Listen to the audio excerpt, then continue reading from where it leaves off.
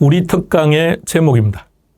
여러분들은 이 제목을 보시면 앞으로 진행될 내용이 어떻게 진행될 것인지 추론 가능하십니까? 크게 두 가지 목적을 가지고 이번 특강의 컨셉을 잡았습니다. 첫 번째는 최근 5년간 기출문제를 통해서 출제 유형이 어떻게 변해가고 있는지, 그리고 출제 경향이 어떠한지를 여러분들에게 제시하는 것이 그 첫 번째 목적입니다. 두 번째 목적은요, 범위를 좀 더 넓혀서 최근 10년 동안 기출되었던 문제 중에 최근의 출제 경향과 유형에 맞지 않는 것은 배제시키고 최근 유형과도 일치하면서 중요한 지문들을 별도로 구성해서 응용 문제를 만들었습니다. 그리고 우리가 이번에 진행할 교재입니다. 교재 한번 보시겠습니까? 이 한 권의 책에 2차 과목 모든 과목이 수록되어 있습니다. 11월 23일 날 숙보기가 출간되고 그리고 12월 1월 그 두 달 동안 이 교재와 이 특강의 컨셉에 대해서 논의했습니다. 일반적으로 출판사에서 책을 만들면 출판팀에 있는 분들이 출판의 전문가죠. 그분들은 책을 만드는, 그러니까 책의 디자인, 구성을 어떻게 할 것이냐의 전문가지 책 내용의 전문가들은 아니죠. 그런데 강의하는 저희들은 그쪽의 전문가는 아니죠. 어떻게 편집하는 게 이쁘고 어떻게 디자인을 구성할 것인지에 대해서 전문가는 아니지만, 그러나 우리는 이 내용의 전문가입니다. 그리고 강의를 많이 했기 때문에 스페셜 에듀에 있는 교수님들을 모두 합치면 강의 구력이 한 250년 정도 될 것 같습니다. 엄청난 구력입니다. 편집의 전문가는 아니고 디자인의 전문가는 아니라고 할지라도 그동안 오랜 시간 동안 강의를 하다 보니까 어떤 내용들을 구성해야 수험생들이 조금 더 올바른 방향, 빠른 방향, 좀 더 스마트하게 학습할 수 있는지 두 달 동안 고민하고 고민해서 만들어진 교재들입니다. 그래서 일단 해설지를 별도로 분리시켰습니다. 가장 큰 이유는 말입니다. 여러분들이 뭐 문제 볼 때 편리하고 뭐 이런 것들은 실은 저희들 입장에서 두 번째 문제였고요. 해설지를 분리시켰던 가장 주된 목적은 그래야 교재가 더 슬림해지는 거죠. 해설지가 여기에 첨부되어 버리면 그만큼 볼륨이 커집니다. 그러면 느낌상. 우리가 공인중개사 시험 준비를 한번 해보겠다고 학원을 딱 찾아갑니다. 그래서 기본서를 딱 받으면 일반적으로 3,000페이지가 넘어가죠. 전체를 합치면. 거기서 오는 주눅감. 야, 이건 안 되겠다. 나는 이 정도의 볼륨이라고 생각도 못 했는데 공부 못 하겠다. 그래서 아예 포기를 하는 경우가 많습니다. 실은 그 내용들 중에 3,000페이지 내용들 중에 1,000페이지만 알아도 어떻게 보면 한 500페이지 정도만 알아도 합격 점수가 나올 텐데 말입니다. 그래서 여기서 해설지를 뺀 첫 번째 이유 아시겠습니까? 뭔가 좀 슬림하게, 그래서 여러분들이 책을 딱 받았을 때 이거 별거 아닌데 이 정도는 그냥 가볍게 볼 수 있겠는데 이런 느낌을 주고자 함이었습니다. 안에 구성되어 있는 문제들 말입니다. 아주 많은 시간 동안, 오랜 시간 동안 어떤 문제가 좋을까 고민하고 구성했습니다. 앞으로 우리가 문제를 많이 접하겠죠. 매월 모의고사도 볼 것이고요. 단원별 모의고사 형태도 학습하게 될 것이고 동형 모의고사도 볼 거고 계속 문제를 많이 접하게 될 겁니다. 아마 문제 여러분 지겹도록 문제를 접하게 될 겁니다. 그런데 이 교재가 그 모든 문제들의 지침서가 될 겁니다. 많이 반복해서 보시기 바랍니다. 여러분들이 이 교재만 보면 합격할 수 있겠습니까? 라고 물어보신다면 이렇게 답변하겠습니다. 넘칩니다. 충분한 게 아닙니다. 넘칩니다. 이 안에 수록된 내용들 중에서 3분의 1 정도를 배제하더라도 합격할 수 있습니다. 많은 시간, 많은 사람들이 모여서 브레인스토밍을 했습니다. 그 결과 만들어진 교재니까 여러분들이 이제부터 이 교재만 믿고 열심히 학습을 하게 되면 여러분들이 원하는 목적은 충분히 달성될 겁니다. 오늘 우리는 첫 시간이죠. 첫 시간이니까 가볍게 세법에 관련된 OT를 진행하도록 하겠습니다. 기출문제든 예상문제든 3회 독을 하시고 나면 그때부터는 정답이 바로바로 보일 거예요. 정답이 바로바로 보이는 그 시점부터는 또 학습한 형태는 달라져야 돼요. 그때부터는 답을 찾는 게 중요한 것이 아니라 그 문제를 통해서 내용을 정리하는 거죠. 세법 기출&, 기출응용 파트의 첫 시간이죠. 가볍게 OT를 통해서 서로 소통을 한번 하고 들어갑시다. 재료의 제목 한번 보시겠습니까? 이렇게 합시다. 충분히 가능합니다. 여러분들은 민법은 목표 점수가 몇 점입니까? 그럼 개론은 몇 점입니까? 공법은 몇 점입니까? 70점 받으면 여유 있는 거죠. 10점이란 여유 점수가 있으니까 이것을 가지고 다른 과목에 도움도 줄 수 있는 것이고요. 그렇다면 40문제 과목들요. 우리가 지금 함께하는 세법이나 공시법을 제외하면 다 40문제니까 그럼 40문제 과목들은 몇 문제를 맞춰야 70점입니까? 그렇죠? 28문항이죠.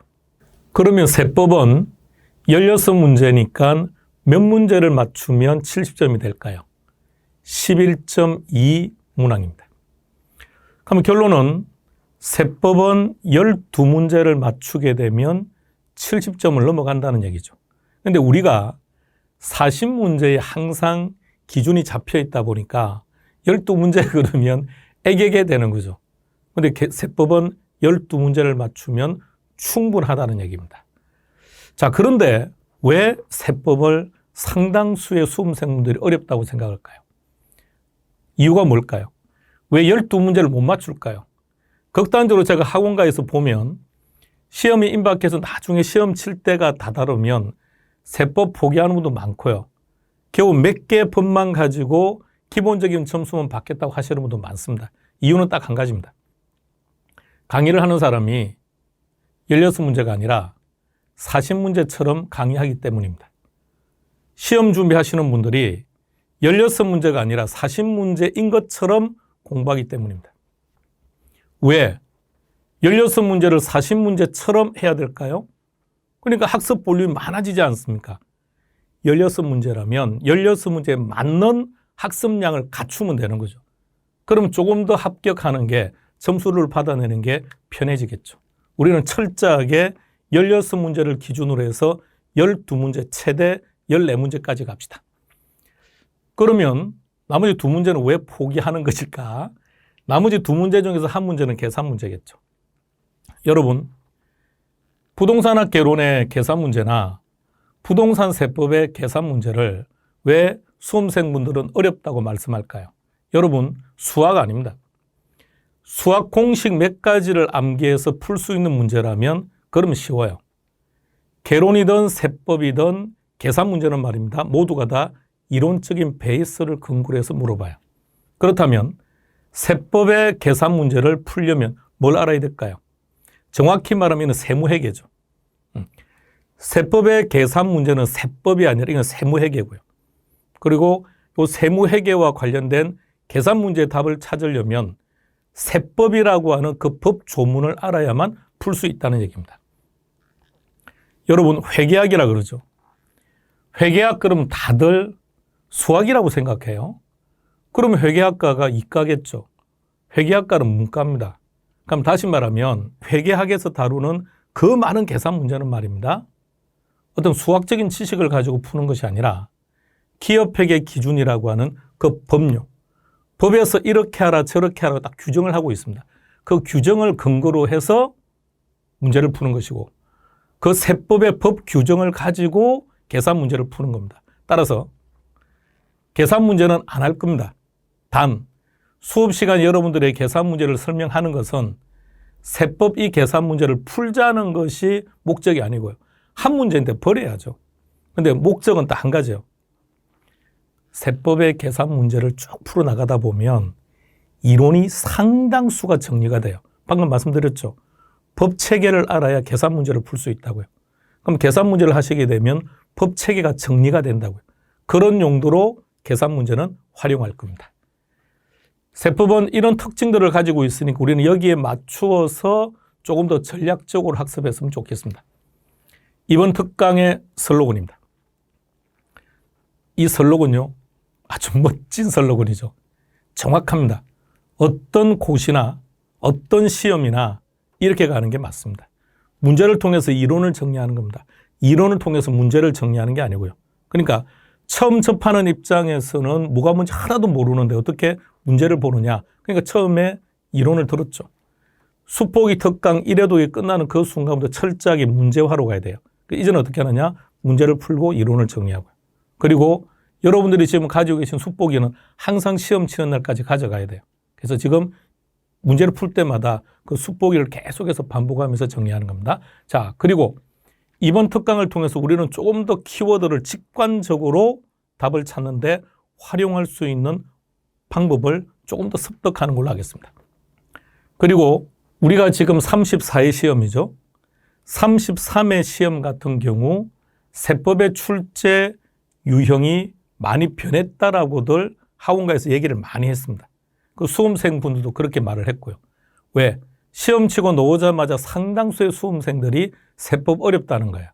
자, 왜 어렵다고 말을 했을까요? 기존의 출제 유형과는 달라졌다는 뜻이겠죠. 자, 그렇다면 최근 5년간 기출문제를 통해서 출제 경향들이 어떻게 달라지고 있는지를 파악하셔야 됩니다. 그리고 출제 경향이, 출제 유형이 변했다고 할지라도 여러분 중요한 거는 중요한 겁니다.